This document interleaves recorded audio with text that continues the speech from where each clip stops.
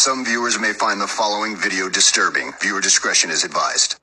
Now, while the police were interviewing Shyla, they would also be interviewing at the same time Trey Absher, just to see if Trey's story lined up with what Aiden had actually told the police.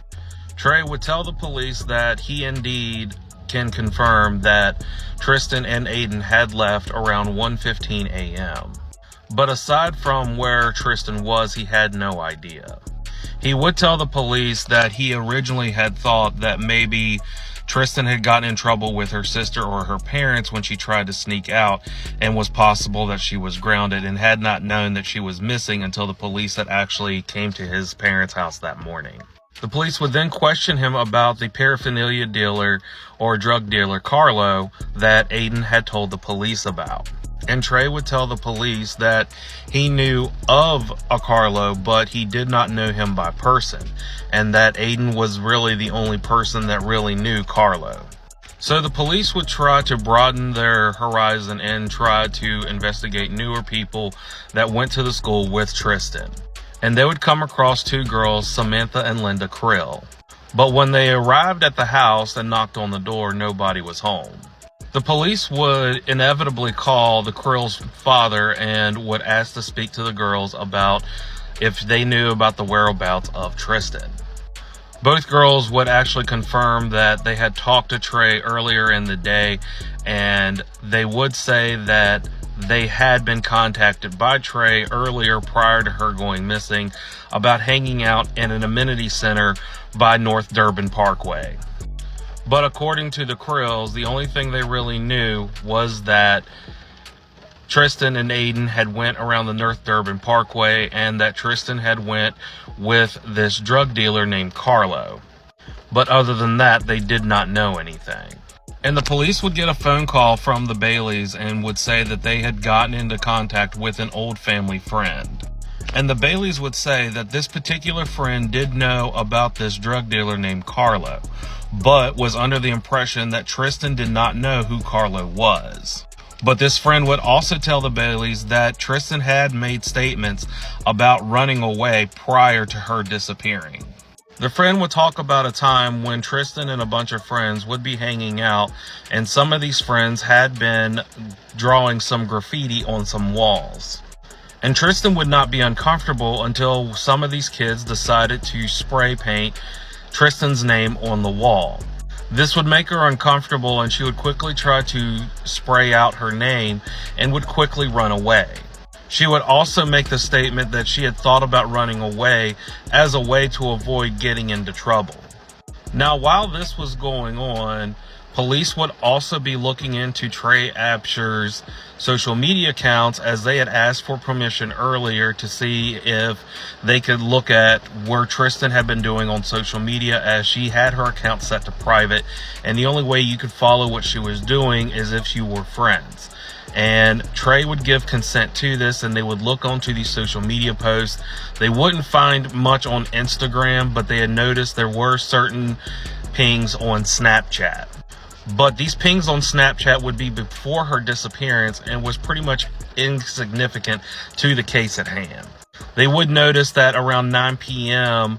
the night before she had went missing, she had made a phone call to her sister, but other than that, there was nothing that was relevant other than the time that Trey Absher and Aiden Fucci had called her about sneaking out. It's around this time that the police would contact the phone company that the Baileys used to see if they could find any of the movements of Tristyn's cell phone.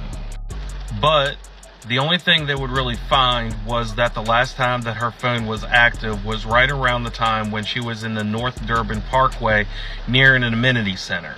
And anything that would happen afterwards, the phone was inactive. So the police would go over to this amenity center and would ask for permission to check the CCTV cameras or security cameras they had set up over there. And around 1:24 a.m. on the night of her disappearance, two bodies could be seen walking near the amenity center past the security cameras. And based on the description of how they were dressed, the cops quickly realized that it was Aiden Fucci and Tristyn Bailey. So the police had decided that they would at least try to check up on the Carlo theory just to see if he knew anything, or that if Tristyn had actually ran away to be with him when she thought that she would get in trouble with the graffiti that went on a couple days prior. Now, the police would do some investigation, and they had found out that this particular guy named Carlo had a place in Jacksonville. So they would quickly go over to Jacksonville, but when they reached the place, no one by the description of Carlo had lived there. So the police would try another address that Carlo was known for going around and living at, and they would drive all the way to Orlando. But they would run into another snag and find out that Carlo didn't live there either. But his brother Marco did live there. Marco would tell the police that Carlo didn't live with him and that he didn't know if Carlo had been in the area around the time that Tristyn had went missing. So the police would ask him if he would consent to calling his brother and have them listen in on this phone conversation as they were trying to find the 13-year-old girl. Marco would agree to this, and in this phone conversation, the police would listen in as Marco would call Carlo. And Carlo would tell his brother that he was currently living with his father and that his truck had not been working for quite some time. And to be perfectly honest, he had not been in that county where Tristyn had went missing since May 1st. So the police would quickly mark Carlo out as a key suspect. With all of their hard work, it would seem that the police had just came into hitting stumbling block after stumbling block, not being able to find Tristyn Bailey. The only significant thing that they would find out is they would find another classmate named Lola. And Lola would actually tell the police that prior to the disappearance on the 8th, Trey Apsher had actually contacted her about sneaking out. And she would tell Trey that she didn't feel like sneaking out that night. And it wasn't long after this phone call that Trey Apsher would call Tristyn, trying to convince her to sneak out. And it's around this time that while Tristyn had been missing and everyone was searching frantically for her, everyone was starting to fear the worst, as no one had seen nor heard from Tristyn Bailey in almost 18 hours.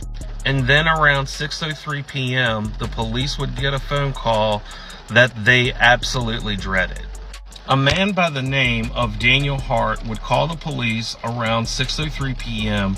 when he would tell the police that he was jogging in a wooded area over by Saddlestone Court, which is a wooded area right around where the North Durban Parkway, in the area where Tristyn Bailey was last seen. And he would tell the police that as he was running in this area, right by this creek by this area, that he would come across a body laying by the creek. And that not only this body would be laying by the creek, but it would be unalive and it would fit the description of Tristyn Bailey. The police would quickly respond to Mr. Hart's call, and they would go over to the area where he had said he had found the body. The police would not take long to find the body, and it is said that the body would be wearing black sweats with a t-shirt with the word pink across. Her arm would be stretched out and her knee would be slightly bent. And unfortunately, it would be confirmed to be 13-year-old Tristyn Bailey. Not only was Tristyn Bailey unalive, but she had been schmurdered. Not only had she been schmurdered, but she had been schmurdered by stabbing. And it said that they would find over 114 stab wounds on Tristyn Bailey. The autopsy report would even say that out of the 114 stab wounds, 49 of these stab wounds would actually be defensive wounds, showing that this poor girl fought for her life to the very end. Most of these wounds would be from her back, the back of her neck, the back of her arms, and the top of her head. They actually would find a shard of metal from the knife that had stabbed her embedded into her skull. And the police would start working even harder, as now this was not a missing person case, but now had turned into homicide.